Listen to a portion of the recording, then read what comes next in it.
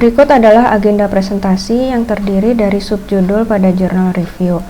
Pada bagian presentasi ketiga ini akan disampaikan subjudul keempat, yaitu mengenai skin wound healing atau penyembuhan luka pada kulit. Sebelum membahas mengenai penyembuhan luka pada kulit, pertama kita mengenali dulu kulit secara umum. Kulit adalah organ terbesar yang beratnya mencapai 16% berat tubuh. Kulit melindungi organisme dari pengaruh luar seperti sinar matahari, senyawa-senyawa berbahaya, dan parasit. Kulit terdiri dari 3 lapisan utama, yaitu epidermis, dermis, dan hipodermis. Epidermis sebagian besar terdiri dari sel keratinosit, yaitu sekitar 95%. Selanjutnya, di bawah lapisan epidermis ada lapisan dermis. Lapisan dermis mengandung folikel rambut yang berhubungan dengan kelenjar sebaceus dan kelenjar keringat. Kelenjar sebaceus adalah salah satu tempat yang mengandung epithelial stem cell yang berdiferensiasi menjadi basal keratinosit yang penting untuk reepitalisasi kulit. Dermis terletak di bawah epidermis, menerima suplai darah utama bagi kulit. Sel utama pada dermis adalah fibroblast yang memproduksi matriks sel yang sebagian besar terbuat dari kolagen. Pada saat terjadi luka, ada 4 tahap proses penyembuhannya, yaitu 1. Hemostasis, 2. Inflamasi, 3. Proliferasi, dan 4. Maturation atau remodeling. Berikut adalah grafik yang menggambarkan proses penyembuhan luka berdasarkan waktu terhadap respon yang terjadi pada tubuh. Sumbu X menyatakan waktu penyembuhan dalam satuan hari, sedangkan sumbu Y menyatakan respon yang terjadi selama proses penyembuhan luka. Tahap penyembuhan luka yang terjadi pertama adalah hemostasis. Hemostasis adalah tahap awal, terjadi beberapa detik atau beberapa menit setelah luka. Saat hemostasis, platelet memproduksi pembeku darah, mencegah hilangnya darah dan masuknya mikroorganisme. Di samping platelet, dilepaskan juga bermacam sitokin, hormon, dan kemokin, seperti PDGF, TGF-beta, EGF, dan FGF, yang diperlukan untuk aktivasi fase penyembuhan selanjutnya.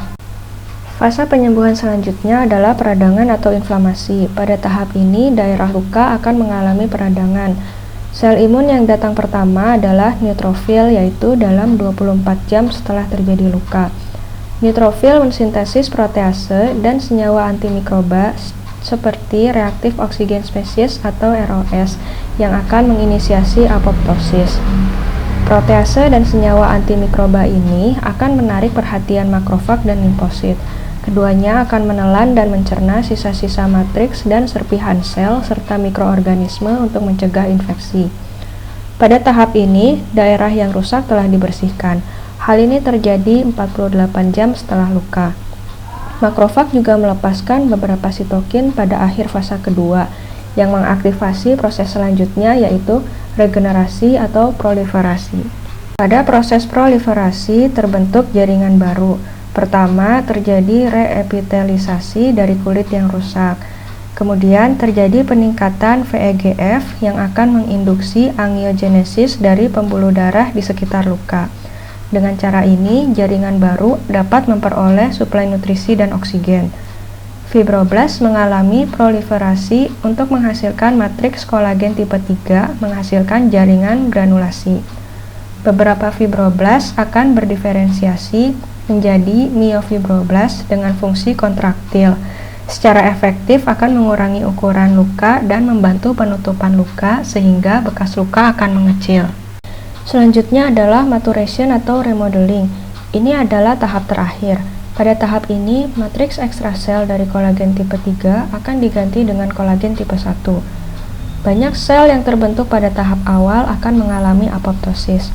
Pada tahap ini, sel dermis dan kerapatan pembuluh darah akan berkurang. Tahap ini memerlukan waktu yang lebih lama dibandingkan tahap yang lain. Setelah itu, jaringan akan mencapai penyembuhan terakhir. Urutan dan waktu yang tepat dari fase-fase ini merupakan dasar untuk penyembuhan luka yang tepat. Sebagai contoh, jika tahap inflamasi tidak tepat dan berlangsung lebih dari 3 minggu, maka dapat menjadi luka kronis. Individu yang memiliki resiko tinggi untuk mengalami luka kronis adalah yang berusia tua, diabetes, dan yang memiliki infeksi yang bandel. Demikian juga jika terjadi kelebihan fibrosis, maka dapat menghasilkan jaringan parut hipertrofik yang dalam skenario paling ekstrim dapat berubah menjadi keloid. Jumlah luka yang memerlukan penanganan dan pengobatan secara medis semakin meningkat, khususnya pada negara berkembang, karena meningkatnya usia penduduk dan penderita diabetes. Saat ini diperkirakan sebanyak 463 juta orang di dunia memiliki resiko ini. Sedangkan luka pada kaki yang berhubungan dengan diabetes memiliki kebolehjadian sebesar 15-25%.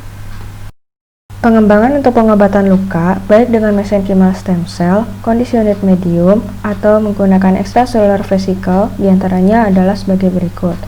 Pertama, mesenchymal stem cell autologus dan allogenous dari berbagai jenis sumber telah digunakan dan memberikan hasil yang baik untuk regenerasi dan penyembuhan. Selanjutnya, conditioned medium dari mesenchymal stem cell memberikan hasil regenerasi yang sama, bahkan lebih baik dibandingkan terapi dengan sel. Penelitian dengan menggunakan extracellular vesicle dari mesenchymal stem cell sum-sum tulang belakang diketahui dapat meningkatkan proliferasi dermal fibroblast dan angiogenesis pada HUVEC. Namun, conditioned medium yang sudah dipisahkan dari eksosom atau CM tanpa eksosom tidak memberikan efek yang sama.